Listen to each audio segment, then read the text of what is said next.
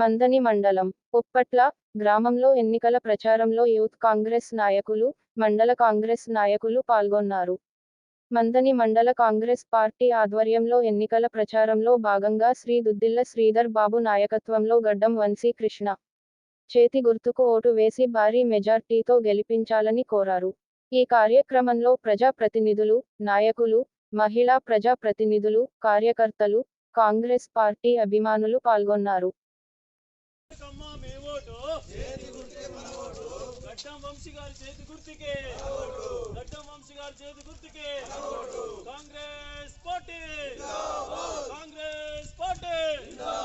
శ్రీధర్ బాబు గారి నాయకత్వం, శ్రీధర్ బాబు గారి నాయకత్వం, బాబు గారి నాయకత్వం.